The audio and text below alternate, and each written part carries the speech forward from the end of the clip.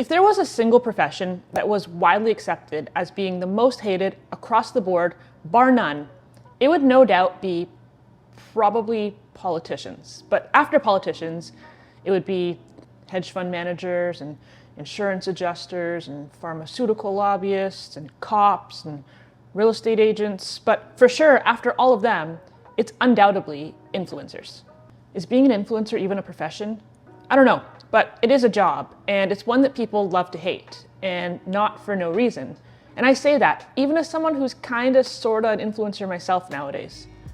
Oh God, that's embarrassing to admit. In this video, we're gonna talk about how we got here, why people hate influencers so much, and whether or not that hate is actually deserved, because I have some thoughts. So to kick things off, I think we need to first set some definitions. What exactly is an influencer? Are influencers and content creators one and the same, or are they two different things entirely? Some people might say this is semantics, but personally, I think there's a big difference between content creators and influencers. And I think it lies not only within the type of content they make, but more importantly, the intention behind the content they make. Realistically, anybody can be a content creator because anybody can make content about anything. Like, there are content creators out there who are doctors, lawyers, journalists, contractors, people from all sorts of legitimate and well-respected careers who make content sharing their expertise and helping to educate people. These are probably not who you think of when you think of content creators, but they are content creators. Of course, there are also singers and dancers and comedians and artists of all types using platforms like YouTube or TikTok to gain exposure and build a fan base and entertain people and independently earn an income from their talent in a way that was previously gatekept by Hollywood. The main point here is that content creators make content that provide value of some sort, either by educating or entertaining people. And sure, they can make money off of it, and we will talk about the money in a bit, but there is a purpose to their content. Things like brand sponsorships and affiliate income, they're used as a means to monetize the content, but they're not the main focus of the content itself. With influencers, on the other hand, their content is made specifically just to promote a product or service. There is no other intrinsic value or purpose to it. Like, the entire purpose is to sell you something. And understandably, people don't really like that. So with that, I think that the perceived level of value to society, or really the lack thereof, is the main reason that influencers get so much hate. If someone is making low-effort content just to subliminally sell you shit, well, yeah, I can see why people would hate on that. But the low-effort aspect specifically is an interesting one. I think the type of influencer or creator who gets the most flack is probably the lifestyle influencer. The vlogger who's seemingly just filming their boring day-to-day activities and somehow getting paid for it. Like, going to Starbucks and getting your hair done, nails done, everything did is not a job, right? Well, no, it's not. Except that what you're seeing in those videos is not usually reality. To the audience, it may look just like someone filming their normal life and getting rich doing it, but most of the time, that's not what's actually happening at all. Most of the time, influencers are planning a series of activities to film that they may not otherwise be doing at all, because no one wants to watch someone just like answering emails on their couch and eating leftovers out of Tupperware containers, but that's generally what most days look like, at least for me. And in reality, those seemingly casual lifestyle vlogs are a lot more work to make than you'd probably think. Every activity, every shot, every detail is meticulously planned for the purpose of that video and probably filmed over and over and over again until it's perfect. What the person is doing is generally a lot less about filming their real life and more just about making a video that's entertaining to watch. And then spending hours and hours sitting alone editing and answering emails and doing admin work of all sorts. And yes, I did say work. It may not really look like it, but it is a lot of work, way more than you think. Is it hard work? Well, I would say it's as hard as most other desk jobs, which is to say, I guess it depends. But being an influencer means being a small business owner, and there's a lot that goes on behind the scenes to make that possible. But does it provide value to society? Well, when compared to the work of like a surgeon or a firefighter or paramedic or bricklayer, I think the answer is obviously no. But if you didn't find it entertaining, you wouldn't be watching it, right? Like, do actors provide value to society? Do musicians? Do comedians? We all like different things for sure, but there is value to being entertained.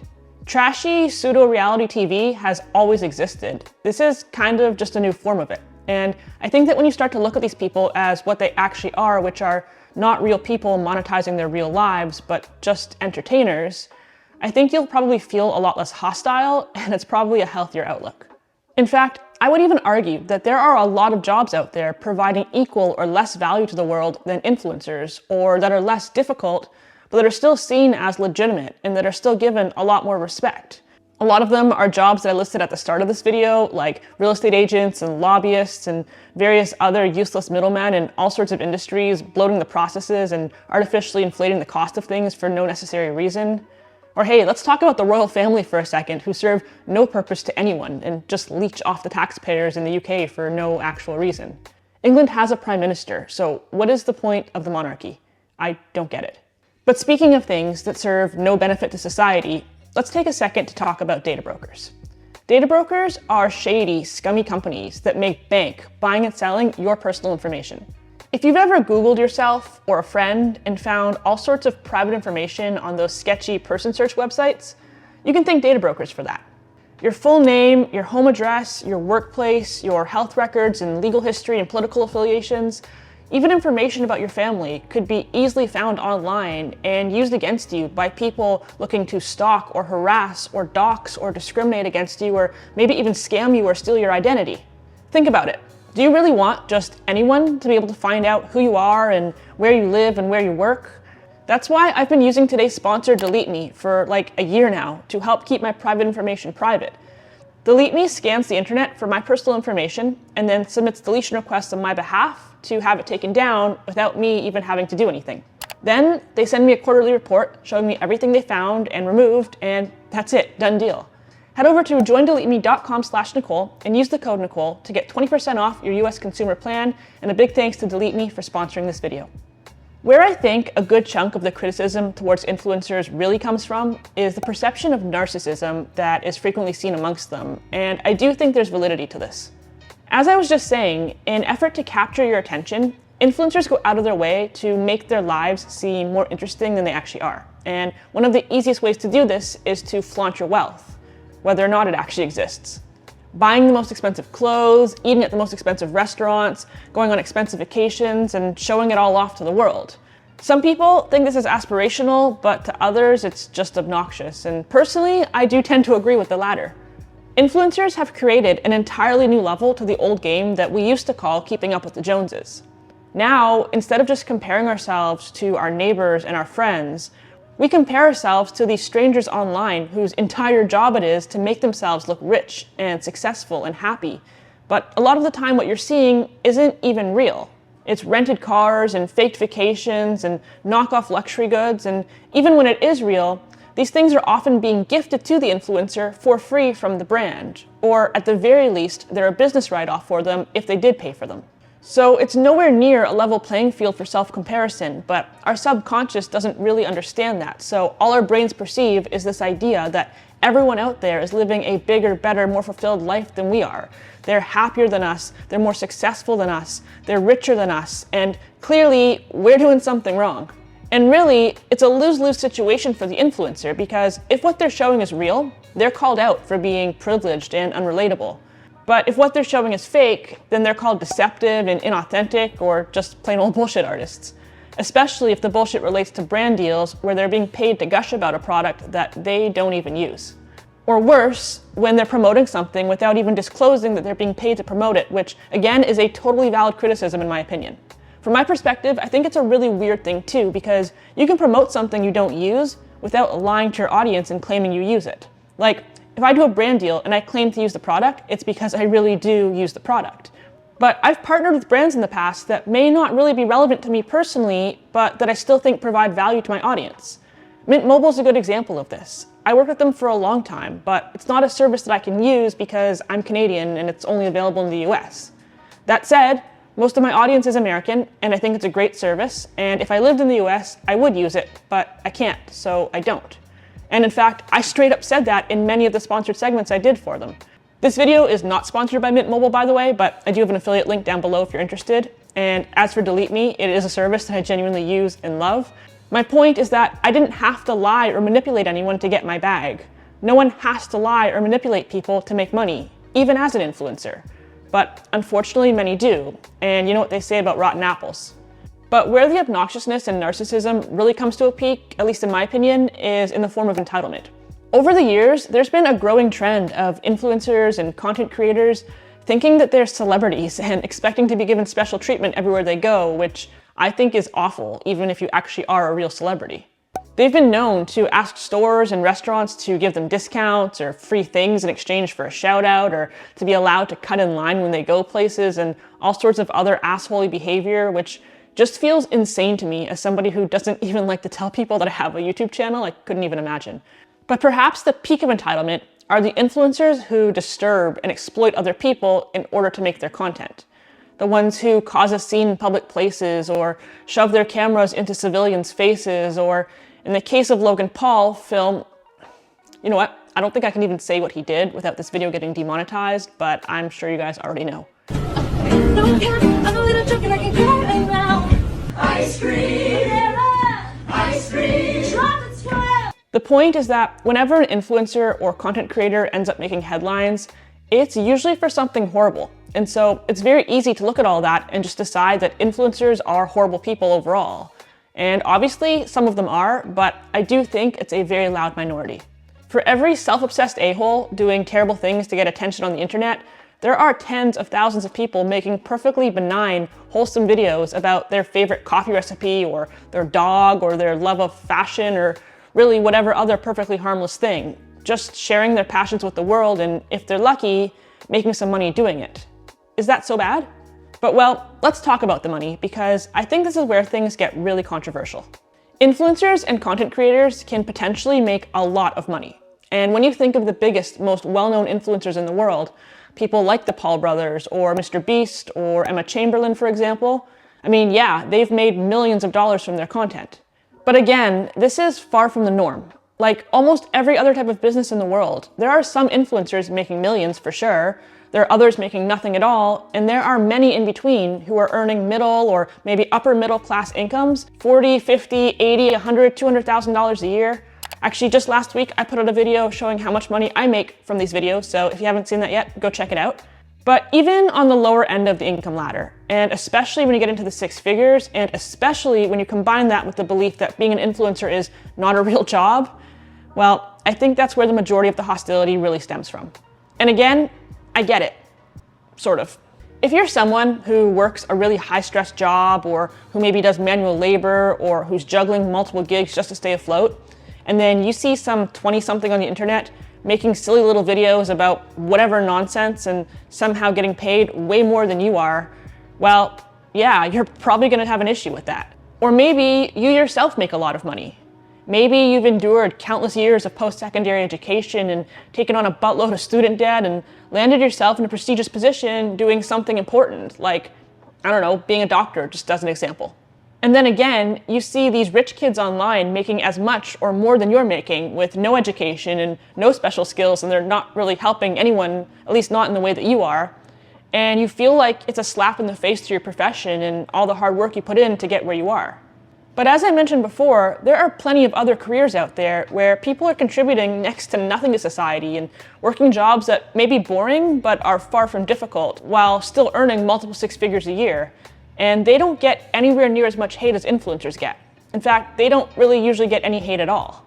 Maybe this is a hot take, but if you're looking at an influencer and getting mad at how much money they make for whatever it is that they do, that, my friends, is called jealousy. And maybe the hottest part of this take is that I believe that jealousy is rooted in immaturity and insecurity. I remember a time several years ago, like long before I ever started my YouTube channel, where I would watch different creators across many niches, some that were like legitimate educational creators and others that were just lifestyle influencers. And I did feel jealous, not of the fancy things that they'd show off, but of the freedom that they seemed to have by not being tied to a traditional 9-to-5. Like at the time, I was running my full-time business that was very physically and emotionally demanding, and I was side hustling my ass off at every opportunity to try to make extra money. I was really burning the candle at both ends, and I was burnt out and I was exhausted.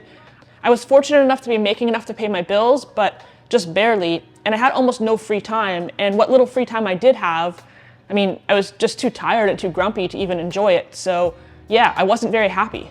And I would see these YouTubers making more money than I was making, probably working a lot less than I was working, and not being tied to anyone's schedule. So hell yeah, I was jealous. But instead of that jealousy manifesting itself as hate and hostility, it kind of just motivated me. Like, I look at these people and I think, hey, if they can do that, why can't I? I mean, I don't think I'm a genius by any stretch, but I saw a lot of people that seemed to be dumber than I was, living a better life than I was. So I started doing it too, and here we are. But if I hadn't felt burnt out and overworked, if I was genuinely content with the job that I had and the hours I was working and the income I was earning, I can say with full confidence that I would not have felt jealous at all. I wouldn't care. I mean, I got mine, they got theirs, everyone's happy, right? When you're truly content with your life, you are completely unbothered by what other people are doing. But jealousy in whatever context, be it your finances, your relationships, friendships, hobbies, possessions, whatever, it's a sign that you're unhappy with your circumstances. And if that is the case, it is your responsibility and your choice to do something about it. But being nasty and hateful towards other people isn't going to help, and really it just kind of makes you look shitty. If you think that being an influencer is a better, easier, more lucrative, more enjoyable job than whatever it is you're doing right now, no one's stopping you from doing it. And finally, for one final smoking hot take, I think there's a degree to which a lot of the hate spewed at influencers is rooted in, wait for it, misogyny. Oh, I can hear the incel comments coming already. Yes, of course there are male influencers. Dudes making content about all sorts of dude things. Dudes like this guy, and this guy, and this guy. They're all influencers, but they don't generally call themselves that. It's considered to be a girly term, so instead they're just entrepreneurs. Chances are that when you hear the word influencer, more than likely, you picture a conventionally attractive young woman like putting on her makeup and going shopping and going out to brunch or whatever, doing whatever other stereotypically girly things. And if there's anything that the world likes to mock, it's women and everything women enjoy. Like, men can paint their entire bodies the color of their favorite sports team, they can spend thousands of dollars on season tickets to see them and throw hissy fits when they lose, and that's just dudes being dudes. But when women show a similar level of enthusiasm or excitement towards, say, Taylor Swift, for example, apparently they're in a cult. So you take these traditionally feminine hobbies and hate on them, and then women find a way to not only continue to enjoy them, but to turn them into lucrative businesses for themselves. Can you imagine the audacity of a happy and successful woman? Whew. But hey, I'm curious, what do you think? Do you think that influencers, I mean, the ones who aren't ginormous douchebags, do you think they deserve the hate that they get? Do you think it's warranted? Do you think there's anything inherently wrong with someone making money from silly little videos about whatever harmless thing? Let me know your thoughts in the comments. If you enjoyed this video, like and subscribe so I can continue being an influencer. Seriously though, it really helps the channel. Follow me on Instagram. Don't forget to check out Delete Me at the link below. Use the code Nicole to get 20% off. Other than that, I'll see you guys next week. Take care. Peace.